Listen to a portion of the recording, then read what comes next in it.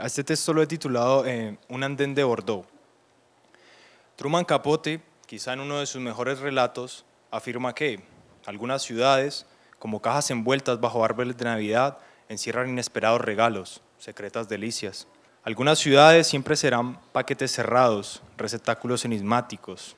Álvaro Bautista escribe: hospitalario andén de Bordeaux, no olvidaré tus brazos fríos, ni tu piedra que habla, con esas secas consonantes de los peñascos y los riscos, del frailejón áspero y seco. No puedo olvidar mi fortuna, entre estrellas sin luz, con un yo teatral que me decía: no es lo peor, no es aún lo peor.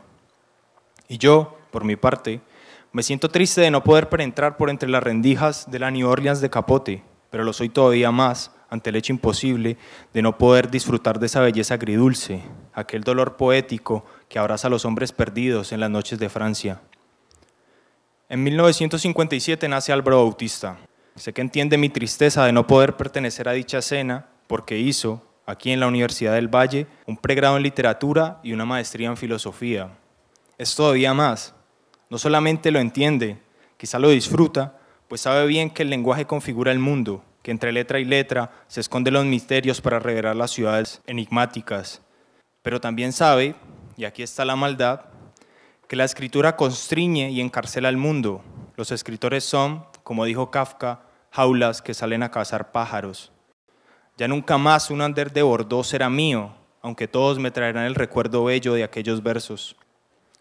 Confío en que los poemas que componen tal vez 3 minutos de silencio, su segundo poemario, sean el resultado de las vivencias llevadas a cabo durante la realización de su doctorado en la Universidad de Bordeaux, concluido en 2009.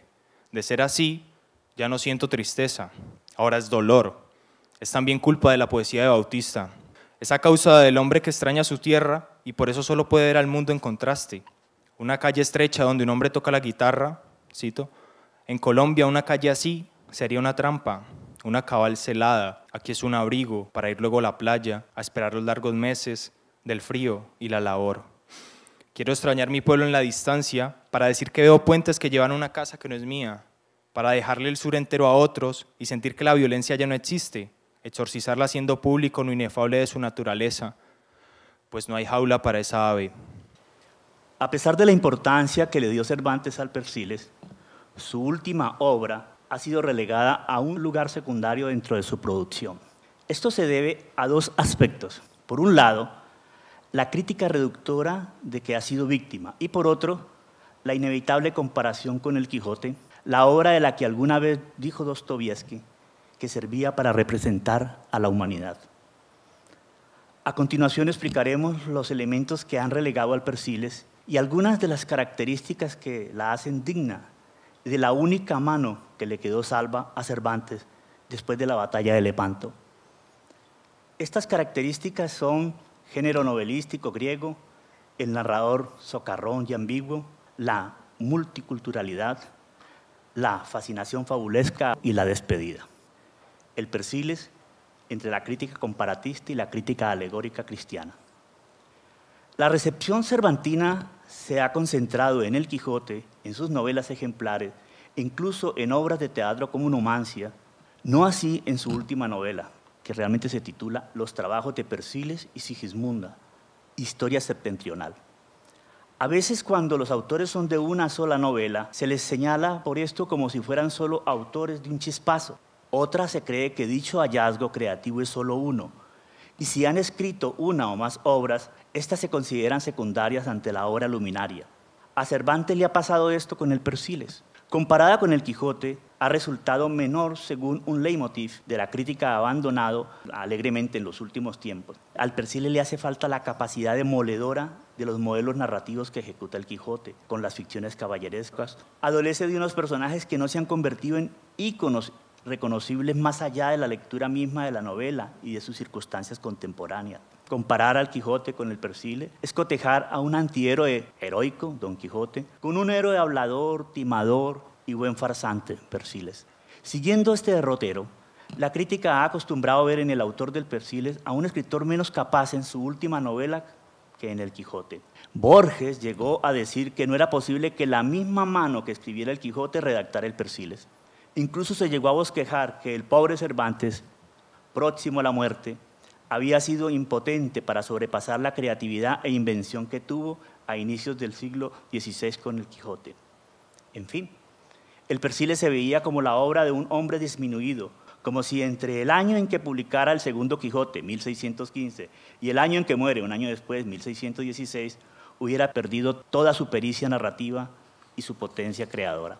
A esto se agregó un equívoco, esta vez promovido por la crítica, que valoraba el Persíles como una especie de arreglo amistoso y cordial con la institución de la Iglesia. Como el periplo de los héroes Persíles y Sigismunda, rebautizados Periandro y Auristela, consiste en unos amantes que se disfrazan de hermanos y se proponen una peregrinación a Roma para cuidar su mutuo amor ante los matrimonios impuestos.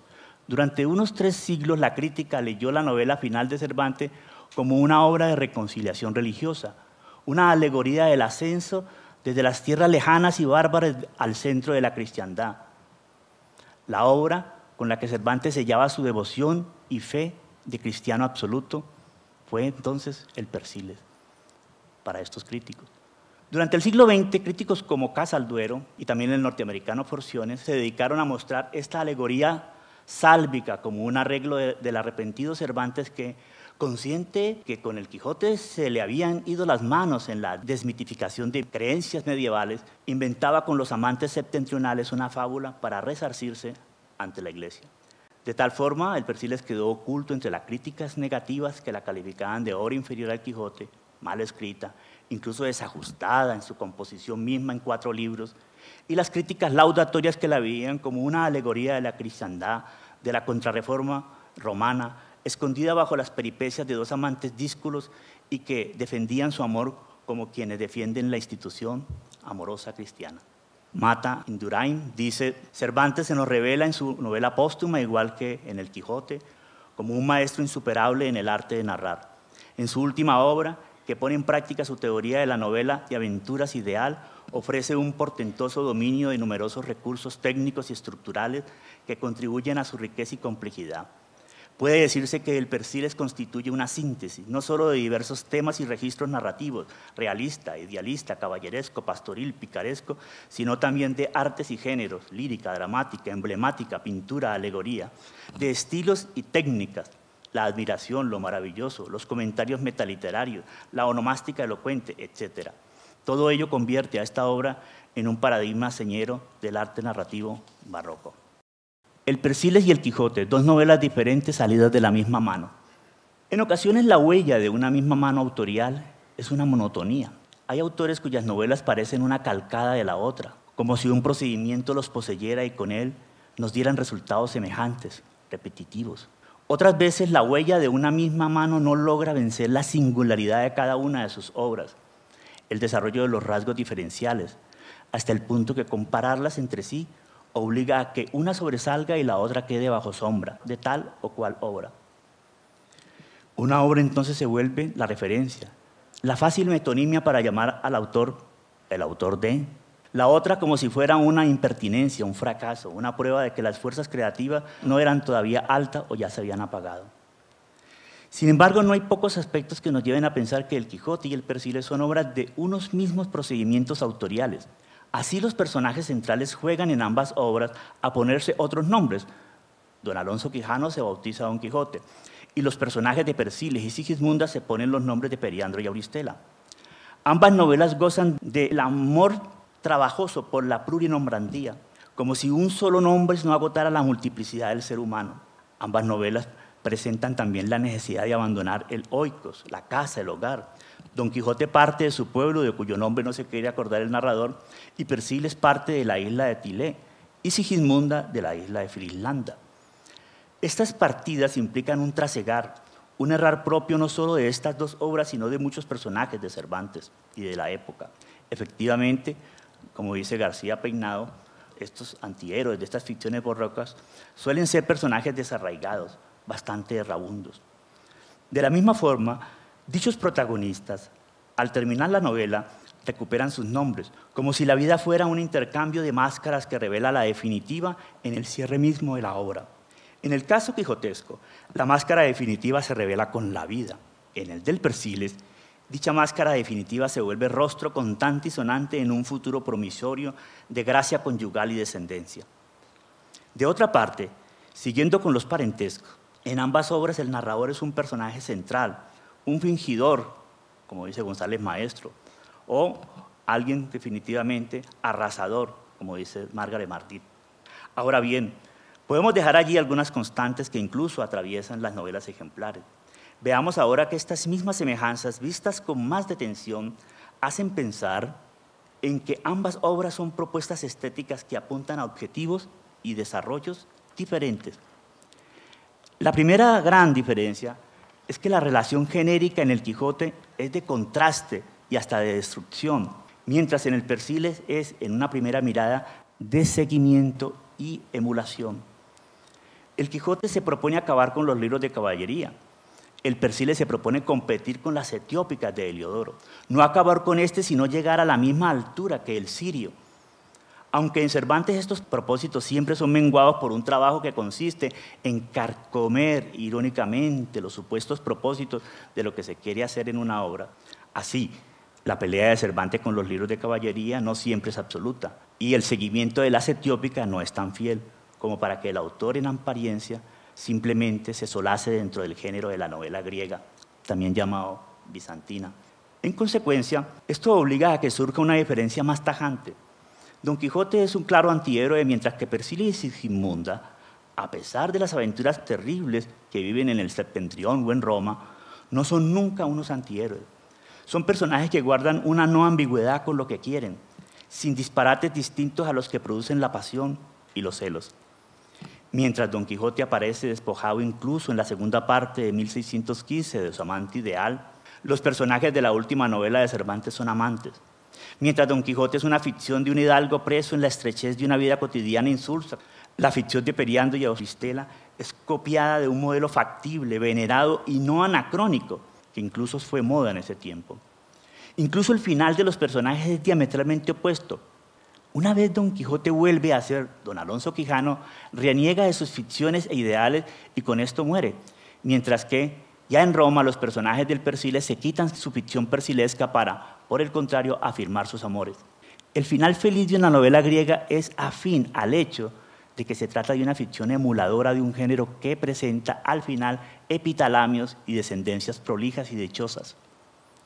El final del Quijote, por el contrario, corresponde a una novela que se burla de un tipo de novela, por lo que la burla busca finalmente menos eliminar lo burlado que condenar al personaje con el que se intentó hacer la burla. Don Quijote sufre de autoliquidación narrativa. A más Don Quijote radicaliza su papel de Don Quijote, más está en peligro de fenecer y paradójicamente de perdurar en la memoria de los lectores. Persiles y Sigismunda se alimentan de la promoción y prolongación narrativa. A más se desarrolla su periplo, más están a punto de convocar la vida cuasi eterna, una larga felicidad con parentelas y reconciliaciones. En síntesis, la muerte al final en el Quijote se lleva a Don Quijote, mientras en el Persiles solo se lleva sin mayores penas por nadie a Maximino, al hermano de Periandro, prometido de Sigismunda, liberándola para poder unirse a su verdadero amante, el elegido por su pasión y cautivo de desenfreno. La competencia con Heliodoro, o el deseo de Cervantes de pertenecer al género de la novela griega. A través del acostumbrado ejercicio de promoción que hace Cervantes de su trabajo literario por venir, en el prólogo de las novelas ejemplares de 1613, anuncia el Persiles de la siguiente manera: si la vida no me deja, te ofrezco los trabajos de Persiles, libro que se atreve a competir con Heliodoro, si ya por atrevido no sale con las manos en la cabeza. Recordemos quién era Heliodoro. Fue un sirio que vivió entre los siglos II y III después de Cristo, autor de Teágenes y Cariclea, más conocido como las Etiópicas, ficción griega que fue un referente de qué era una novela a principios del siglo XVII. Heliodoro, sobre el que hay datos no del todo precisos y más bien fabulosos, fue un sacerdote del sol que se convirtió al cristianismo. Su conversión lo llevó a ser obispo de Emesa, por lo que se le reprochó que fuera autor de una novela de aventuras amorosas, la cual afortunadamente no fue a parar al fuego. Las Etiópicas son tan relevantes que en 1604, es decir, algo así como unos 13 años antes que Cervantes, Lope de Vega escribió una novela griega llamada Peregrino en su tierra. Por lo tanto, menos que una actitud modélica, Cervantes deseaba competir con un modelo admirado, Heliodoro, y también, por supuesto, con Lope. Esa fortuna que tenemos del tesoro de la lengua castellana, que se publicó en 1611 por Covarrubias, allí se dice lo siguiente por la palabra competir. Competir es altercar, pretender una misma cosa. Por lo tanto, competir con Heliodoro era competir por lograr una misma cosa, una novela como la que había escrito hace más de 12 siglos, él es sacerdote del sol. Pero Covarrubias también define competir como pertenecer y competente como perteneciente, con lo que se conjuga la doble concepción de querer ir por lo mismo que el otro ha admirado o pertenecer a esa misma cosa que el otro ha logrado. Cervantes quiere pertenecer, después de haber escrito El Quijote y haber escrito por vez primera en español novelas, las novelas ejemplares, a un campo en el que le apuesta a un género canónico, con una burla menos destructiva que la corrosiva parodia de los libros de caballería que hace El Quijote. Sin embargo, a la mano de Cervantes se escribirá una obra que resulta, a pesar de los supuestos cuidados, como él dijo, atrevida. En el fondo, la novela griega presenta una pareja de amantes que huyen para proteger dicho amor, y en el camino de huida viven innumerables percances, eluden diversos pretendientes, experimentan naufragios y desencuentros, hasta volver a encontrarse para unirse finalmente contra todo obstáculo en matrimonio. Heliodoro hace que la pareja central esté conformada por un joven de Tesalia y una joven etíope, hija de reyes negros africanos. Cariclea es hija de Híspides y Persina. De pequeña, la madre la ha enviado lejos por haber nacido blanca, y bajo el temor de la reina de ser acusada de adulterio, encargó que la llevasen lejos. El modo con que se resuelve este embrollo tiene que ver con las metamorfosis metonímicas de la diosa Andrómeda, y aunque esta explicación levanta las suspicacias de nuestro tiempo, solo prueba la distancia epocal que separa al lector actual del género de la novela griega. Por su lado, Cervantes se inventa una pareja de amantes no española, originarios del Septentrión, de Thule y Frislanda, que se proponen una farsa, dizque una peregrinación a Roma, disfrazados de hermanos para cuidar su amor y poner una posible cópula en cintura. En la novela de Heliodoro se ventilan los dioses paganos, entre ellos el sol. En la de Cervantes, un cristianismo que viene desde el lejano norte y se va a encontrar con una Roma desangelada, turbia, plagada de pícaros, bribones y de prostitutas. Ambas novelas empiezan como en Homero in media res, y cada autor hará un relato que empezará a suplir lo que no se sabe, un relato analéptico. Heliodoro con los relatos de Calasides, que duran 4 libros. El Persiles con el del mismo Persiles, que abarca gran parte del libro segundo. Mientras que Heliodoro hace que el mundo lejano de Etiopía aparezca como un asunto de lo exótico, no exótico, Cervantes hace que sea en el mundo europeo cotidiano de Portugal, Francia, España, Italia, el que parezca raro y no conocido, precisamente el mundo de sus contemporáneos. Pues los personajes son extranjeros en esas tierras cristianas del sur de Europa. Mientras que Cariclea viaja hacia su mundo natal en las Etiópicas, Auristela viaja hacia un mundo incierto que es el centro mismo de la cristiandad, una ordinaria y vulgar Roma. Cervantes realiza otras transformaciones del género griego. No tiene empacho en mezclar, por ejemplo, en distintos capítulos el modelo griego con otros como el morisco, el entremesil, con la argucia estética para llevar los géneros hacia una combinatoria en la que los límites de los géneros se estremecen y parecen casi ser menos que parodias, objetos de pastiche. Esto se nota en la manera como Cervantes desata el nudo del Persiles, aspecto que quizás sea responsable de los juicios negativos de su última novela. El teórico de su tiempo, Alonso López Pinciano, decía en 1596, ya está dicho por vos, en su libro Filosofía Antigua Poética, que es un diálogo sobre tragedia, sobre comedia, sobre narrativa, sobre lo elevado, sobre lo bajo, un diálogo en 3 tomos, cada tomo más o menos de 300 páginas. Ya está dicho por vos, y así no tengo que decir más que aprobar y probar vuestra sentencia con la historia de Heliodoro, la cual para mí es una galana fábula, y en quien el poeta sembró por toda ella la simiente del reconocimiento de Cariclea, primero con las escrituras, después con las joyas, y después con las señales del cuerpo, de todas las cuales vino últimamente el reconocimiento y soltura del ñudo, bonito como se decía nudo, ¿no? Ñudo, tan gracioso y agradable que ninguno más. Y aunque la forma del reconocimiento toca al menos artificioso, que es al de la voluntad, Mas el poeta fue tan agudo y le hizo tan artificioso que iguala a los demás, porque no hizo a Cariclea manifestadora de sí mismo, sino que construyó todo para que Sisimiétres, que era el que la había creado, la revelara. Bueno, la novela de Lope es muy compleja porque tiene demasiado texto que interrumpe el relato. Y entonces hace un largo poema a un asunto determinado. Quienes leen estas novelas, el asunto se resuelve muy lejanamente. En el caso de Heliodoro se resuelve en el capítulo 5, esto ya lleva más o menos 180 páginas, mientras que Cervantes resuelve eso 3 capítulos antes de terminar su larga novela. El final del Persiles implica una muerte, el hermano del héroe, Maximino, con el que debía casarse su amante, Sigismunda. Así, el hermano mayor de Persiles muere de unas fiebres en Nápoles cuando está a punto de alcanzar a la pareja y darle justo castigo a su hermano menor, Periandro Persiles.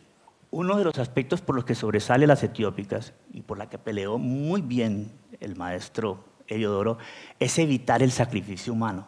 En cambio, Cervantes vuelve al sacrificio humano, sin hogueras sacrificiales, bajo el mandato del autor. Cualquier amante que se le aparece a esta pareja lo elimina. De tal forma que una pareja que se dice cristiana salva su amor mediante el sacrificio, no de Cristo, pues este es insuficiente y baladí con el sacrificio del tercero en discordia. ¿Cervantes ha salido glorioso de su manera de pertenecer a la novela griega? Lo que sabemos es que pensó que su gran obra era el Persiles y no el Quijote, porque quizás la transformación de los géneros quedó más explícita en el Quijote, mientras que en el Persiles, que parece un reconocimiento a Heliodoro, son más secretos los cambios del género griego.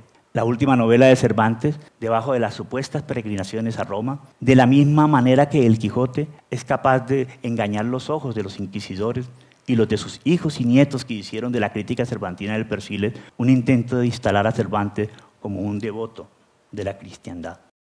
El narrador socarrón de Cervantes. A partir de los cuentos de los libros de caballería sobre los supuestos libros o pergaminos de donde salen las fabulosas historias de los caballeros andantes, Cervantes comprendió que el narrador no es una entidad transparente, una voz servicial de lo contado, adaptada a sus personajes, devota de sus criaturas, condenada a la opacidad. El narrador puede compenetrarse con lo contado o tomar distancia de esto. Cervantes hace que su narrador deambule entre la entrega a lo contado y la distancia irónica.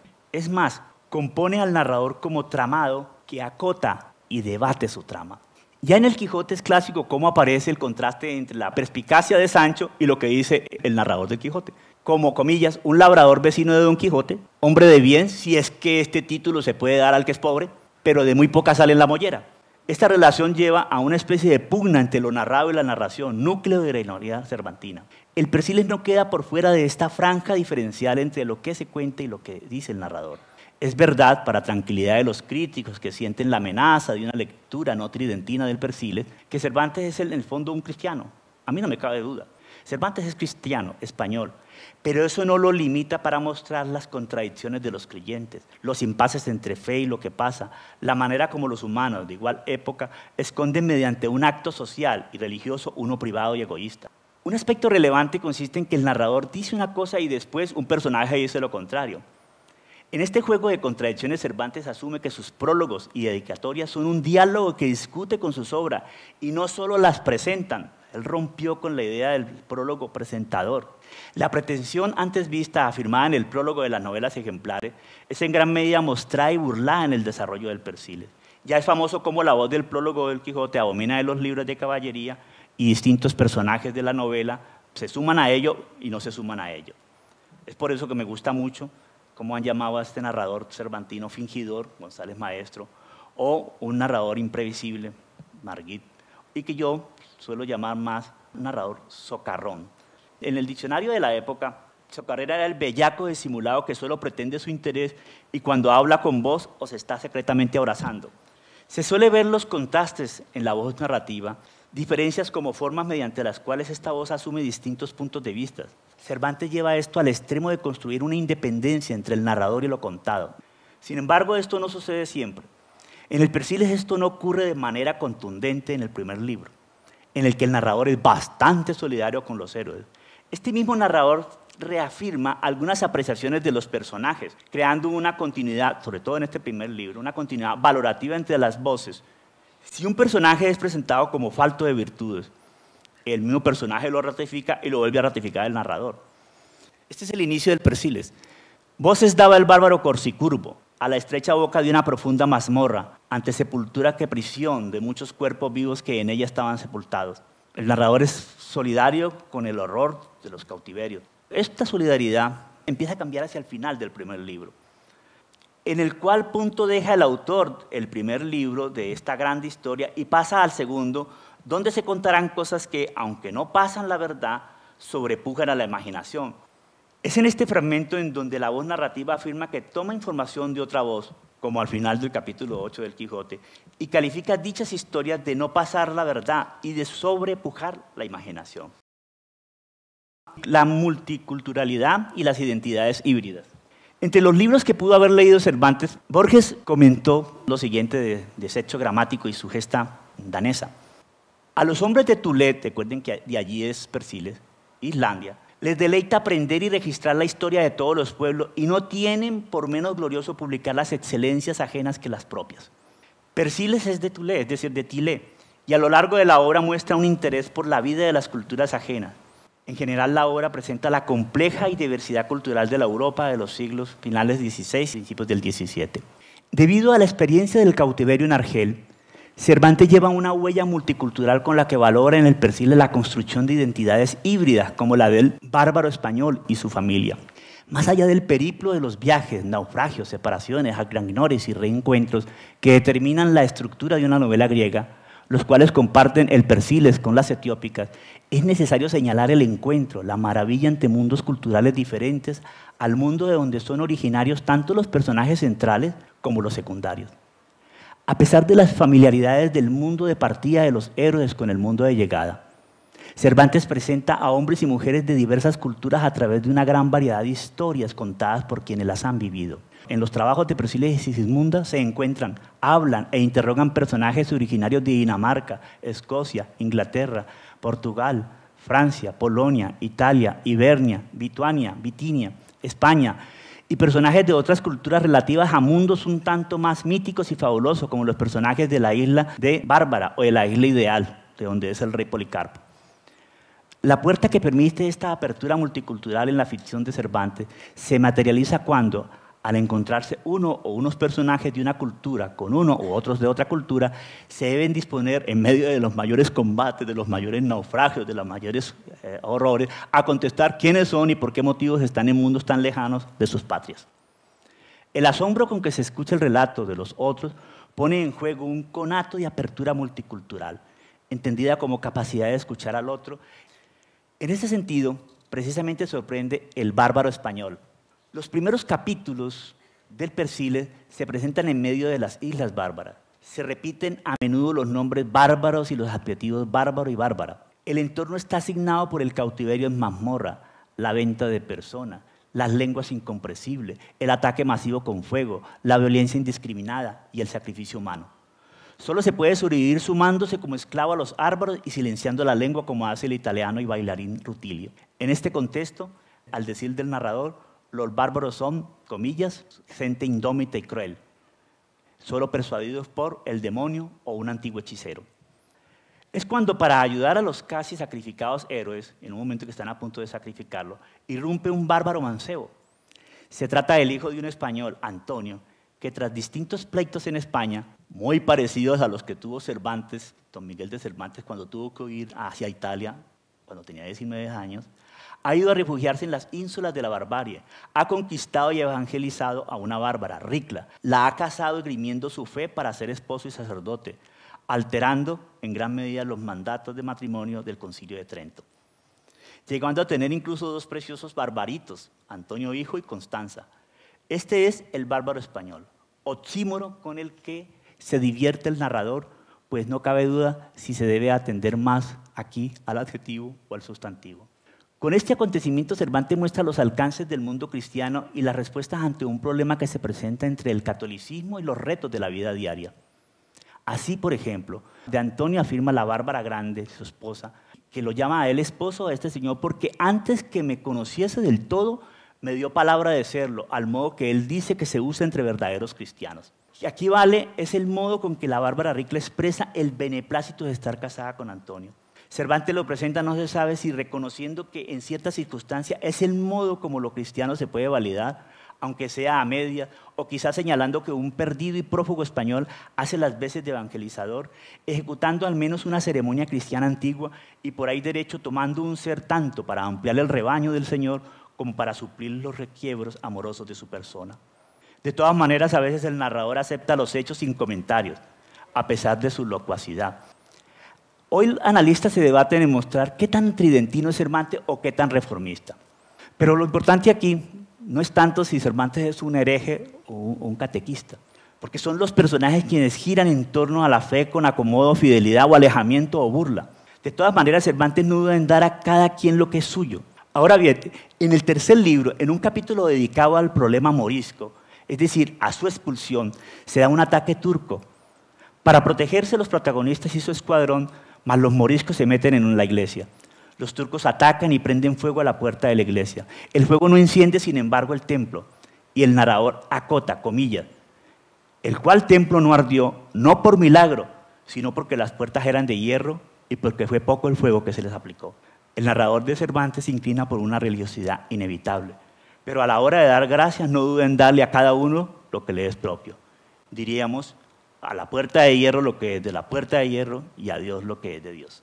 Con el Persiles, Cervantes apuntaba a pertenecer al gran género de la novela griega, reelaborándolo con la burla y la parodia.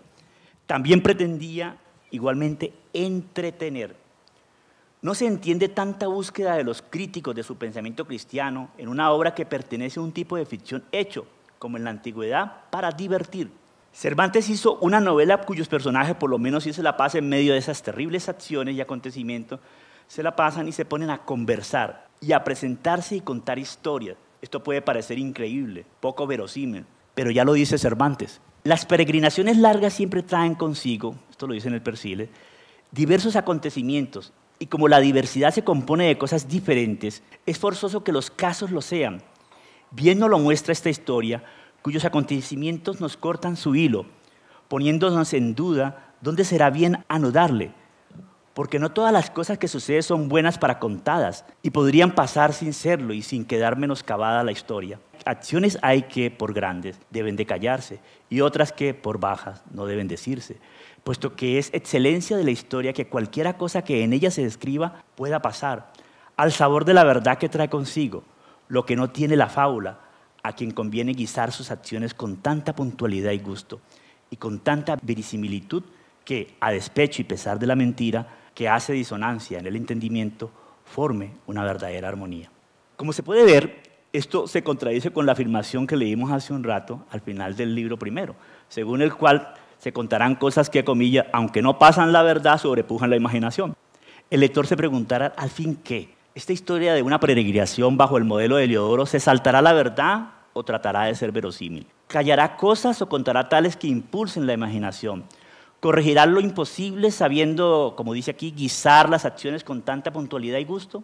Al contrario del Quijote, que intentaba burlarse de la imaginación del crédulo lector caballeresco, el Persiles busca incentivar la imaginación, para lo cual recurre a los cuentos más inverosímiles. Rutilio asegura haber sido ayudado a escapar de una celda en Italia por una bruja, la cual lo lleva por los aires hasta Noruega, donde se transforma en loba, por lo que la tiene que matar. Una dama anda como loca con la cabeza de su marido, tratando de vengarlo. Encuentra al asesino y en vez de matarlo, se enamora de él. Cervantes aumentó la imaginación con historias maravillosas, estrafalarias, para agudizar la entretención. Se cuidó, eso sí, de que cada relato maravilloso quedara sustentado por quien lo contara, es decir, a cargo de los personajes. Fue esta contradicción entre un libro que trata de burlarse de la veloz fabulación, el Quijote, y otro que la impulsa, lo que llevaba a muchos a pensar que Cervantes había perdido el primado de la verosimilitud. Cervantes, pues, en el Persiles se permitió crear dispositivos novelísticos para contar lo imposible, lo inaudito y lo insólito. Persiles el adiós. Cervantes termina su literatura con una novela que contrasta con el Quijote. No solo había terminado incrementando la ficción burlándose de la ficción, sino que con el Persiles había pasado el régimen de verosimilitud a nuevos terrenos, más supeditados al mismo etos del narrador que a la historia. Creó historias inverosímiles, pero que se sostienen en tanto son el cuento de un personaje. El auditorio puede dudar, pero no puede no oírlas. El único personaje que desficcionaliza en el Persiles sin ambajes el cuento y la palabra fabulosa del otro es el satirista inglés Clodio. Cervantes lo liquida de un flechazo que le da y le rompe completamente la boca y la lengua a mitad del capítulo 2. De otra parte, el Persiles, además de esta manera de ofrecer al lector gusto y regocijo, de tal manera que Cervantes era por los siglos XVI-XX más que recordado por su recreación griega que por sus burlas caballerescas, agregó unas páginas verdaderamente dignas de un autor que se despide con sobriedad e ironía. Primero tenemos en la dedicatoria, escrita el 19 de abril de 1616, y que empieza así: puesto ya el pie en estribo, con las ansias de la muerte, gran señor, esta te escribo, donde ya dada la extrema unción, sigue prometiendo a 4 días de morir la segunda parte de la Galatea. Segundo tenemos el prólogo, en que cuenta el autor que yendo para Toledo, se cruzó con un estudiante que al saber que él era Miguel de Cervantes, se apea de la cabalgadura y le celebra. Sí, sí, este es el manco sano, el famoso todo, el escritor alegre y finalmente el regocijo de las musas, a lo que le contesta el autor del Persiles y del Quijote. Ese es un error en el que han caído muchos aficionados ignorantes. Yo, señor, soy Cervantes, pero no el regocijo de las musas, ni ninguna de las demás baratijas que ha dicho. Cervantes se resiste al elogio, no solo por el elogio, sino por eso de manco, famoso, alegre y regocijo de las musas. Elementos estos de la República Arcádica literaria que él había mandado al hoyo de las letras muertas. Cervantes ve en esta reducción que se ignora su obra cómica, sí, pero que también es seria. Baratijos es quizá la respuesta más aguda de la literatura dirigida a un lector que parece perder su lugar ante un autor amado.